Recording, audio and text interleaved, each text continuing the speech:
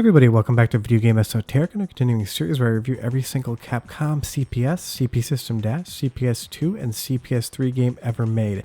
And today we're taking a look at Vampire Hunter 2 Darkstalkers Revenge.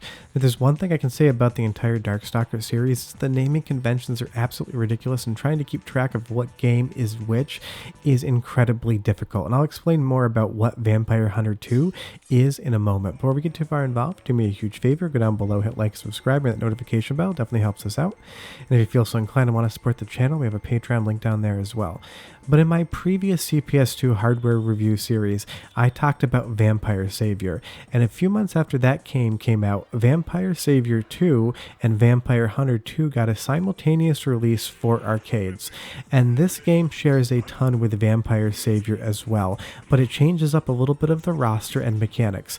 And as opposed to explaining every minute change, because there's a ton, I will leave a link in the description below unless I forget, and if you see that I have, please comment so you can understand what the difference between Vampire Hunter 2 and Vampire Savior 2 really are, because they're basically 90% of the same game with some roster changes and some art changes. But no matter what version of this game you play, this is the culmination of the entire Darkstalkers franchise. It is the most fully featured roster-wise, art-wise, and mechanics-wise game in the entire franchise, and I absolutely love it. Now, generally, I would play Vampire Savior 2 over Vampire Hunter 2, but because I've already talked about that game, this is the one we're reviewing for the CPS2 review series. And reviewing all of these independent games for the series is quite difficult. Talk about how they change. And one of the fundamental changes here is you're going to see the life bar system. When you defeat your opponent or your opponent defeats you in the first round, you're not going to see a screen fade and you're not going to get your life bar restored. However much life we've lost, once the second round starts, that's the life bar we're going to have.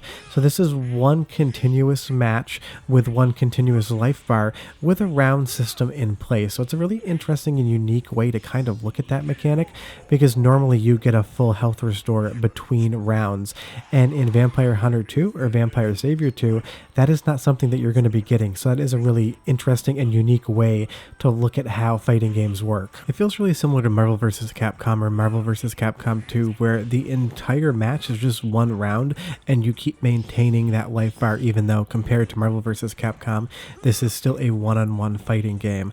But I absolutely love this entire franchise, and this is just basically the final version of the game. Now, this did come out on PlayStation Network and Xbox Live as Darkstalkers Resurrection. It's an HD remake with full online play.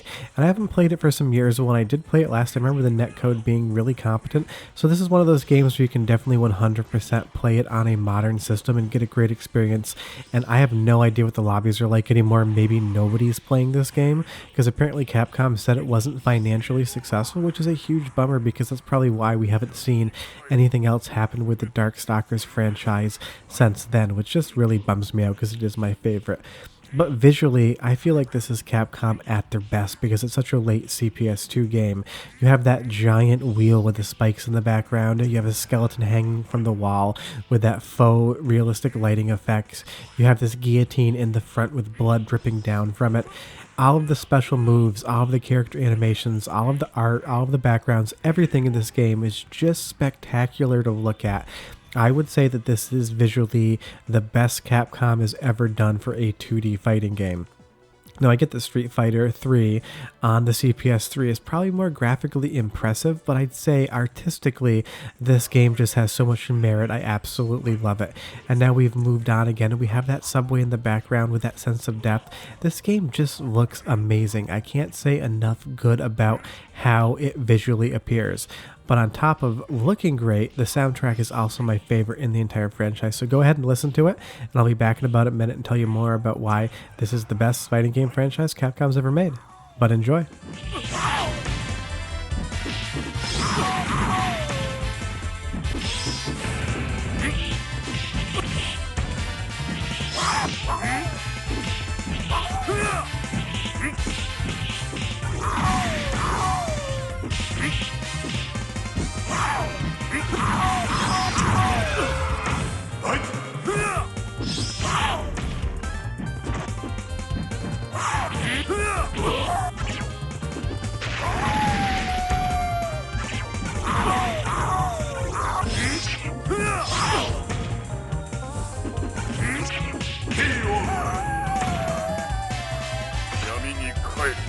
That soundtrack is just perfection. I love it so much. This is the type of soundtrack that I would buy on vinyl if it was available, and maybe it was available and I just missed it, because I usually find out that these things existed after I leave comments about them and you tell me, oh, it was available at one point in time and it's sold out now and costs $300. But again, just moving on, outside of the mechanics, this stage is just absolutely incredible. We have a smoking skeleton train conductor with that curtain that's ripped up and flapping out of the window, and as we get closer to the front of the train, there's going to be this eyeball mouth that's just coming out of the front and the side. I don't know who comes up with these ideas, but I absolutely love them for it. This game has more character, more style, and more personality than anything else Capcom has ever done. And of course, that's just a personal opinion. I'm sure some of you don't feel the same way. But even in that screen transition, when you win, that tongue comes out of the train's mouth, and it is just so wild and so weird that I can't help but be in love with this entire game and franchise. And I would say that of all the Capcom games I have reviewed, I'm also the best at Darkstalkers, Vampire Hunter, Vampire Savior, Night Warriors. The naming convention goes on. I've always been good at this game, and I think it's just because I've always loved the style of it, and it made me really want to keep playing it. Now, I do have Vampire Savior on the Sega Saturn as well, and it is slightly different than this version, but it's an awesome option for you as well with the 4MB RAM expansion cart. It's a really good version of this game.